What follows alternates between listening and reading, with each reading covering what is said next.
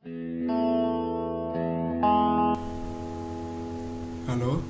selamat malam semua.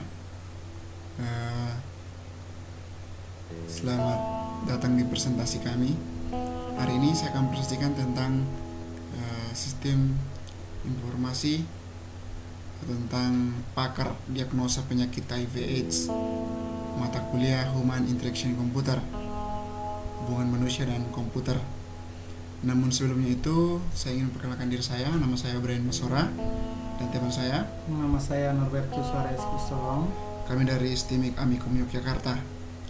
Nah, kami akan presentasikan tentang sistem pakar diagnosa penyakit HIV/AIDS.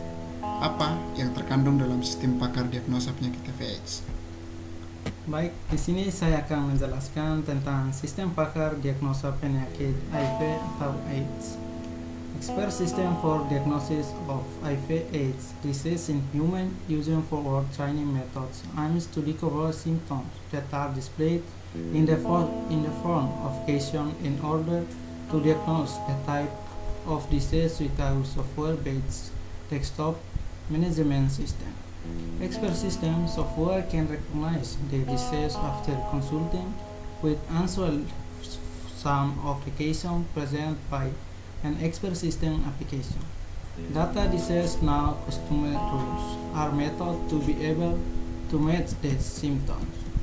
Nah, di sini sistem diagnosis itu penyakit HIV atau AIDS. Pada di sini pada manusia menggunakan metode forward training bertujuan untuk menelusuri gejala-gejala yang ditampilkan dalam bentuk atau pertanyaan-pertanyaan agar dapat mendiagnosis jenis penyakit dengan perangkat lunak berbasis desktop management system.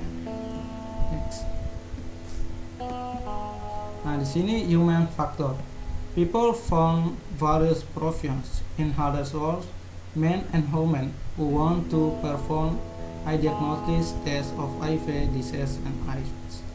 Nah, di sini umumnya untuk dosen, mahasiswa atau masyarakat umum untuk mendetes penyakit HIV atau AIDS. Nah, di sini aplikasi yang kami buat. Aplikasi ini di sini gambar ini aplikasi utamanya akan tampil untuk mendeteksi penyakit HIV atau AIDS. Langsung diklik tes sekarang, dia akan menunjuk ke form berikutnya. Nah, ini dia form berikutnya. Di sini kita masukkan data diri seperti nama lengkap, tanggal lahir, jenis kelamin, alamat, kota dan nomor HP.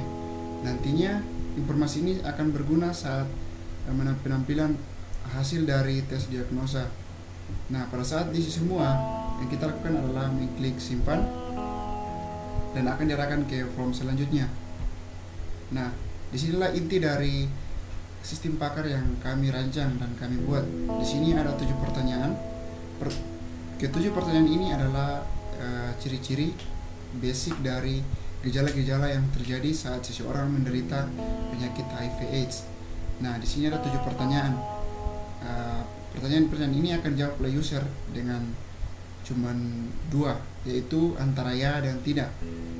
Nah, pada saat setelah saya menjawab pertanyaan ini, user akan mengklik tampilkan hasil. Nah, dari hasil ini user akan diarahkan ke hasil diagnosa penyakit HIV/AIDS. Nah, seperti yang saya bilang tadi, nama yang telah di input tadi di form yang pertama akan muncul di sini, dan jenis kelamin yang masukkan akan muncul juga di sini. Nah, di sini ada 2 tabel, hasil dan nilai. Nah, di sini ada keterangan sendiri antara positif di atas angka 80 dan negatif di bawah angka 70. Maksud dari sini adalah saat seseorang menjawab ke-7 pertanyaan yang tadi, maka jika di atasnya 7 benar, 7-7-nya benar, maka nilai yang kami akan berikan adalah di atas 80. Nah, 80 itu akan menghasilkan nilai positif. Nah, demikian pula jika jawaban yang diberikan kurang dari angka 7 atau di bawah angka 5, maka dia akan hasilnya negatif. Nah, ini adalah bentuk PDF ini, maka saat seseorang mengklik bentuk PDF ini, dia akan diarahkan ke hasil dari diagnosa ini dalam bentuk PDF, sehingga memudahkan para user untuk melihat hasil yang mereka inputkan pada diagnosa penyakit HIV/AIDS. Nah, dan di sini tentang interactive device. Interactive device ada dua, input dan output. Input contohnya keyboard dan mouse untuk membantu user input nama atau tanggal lahir, dan monitor untuk menghasilkan apa yang sudah user input dari itu. Nah, dari segi ergonomi faktor ada keamanan dan kenyamanan. Nah, dari keamanan sendiri kami menggunakan warna dasar biru. Ini akan membuat kenyamanan dalam penggunaan sehingga tidak mempengaruhi kesehatan mata dari efek warna yang diberikan. Nah, dari kenyamanan sendiri, aplikasi ini sangat aman dan nyaman. Kenyamanannya yaitu tidak menggunakan internet, jadi saat kita offline pun bisa menggunakan aplikasi ini dan tidak membutuhkan waktu yang lama untuk memulai proses diagnosis. Sedangkan dari sisi desainnya sendiri, aplikasi ini tidak memiliki banyak button, sehingga dalam penerimasinya tidak begitu sulit, sehingga sangat mudah digunakan oleh para user yang ingin menggunakan diagnosis. Nah, di sini ada evaluasi hasil yang kami terima dari sistem pakar yang kami kerjakan dan kami buat ini adalah result yang belum terlalu akurat. Mengapa? Karena yang kami dapatkan dari internet hanya gejala-gejala dasar, tidak terlalu menjurus. Yang kedua, database-nya masih belum komplit. Dan yang ketiga, tampilan yang kami buat pada desainnya ini masih sangat sederhana. Nah, inilah sekian presentasi kami.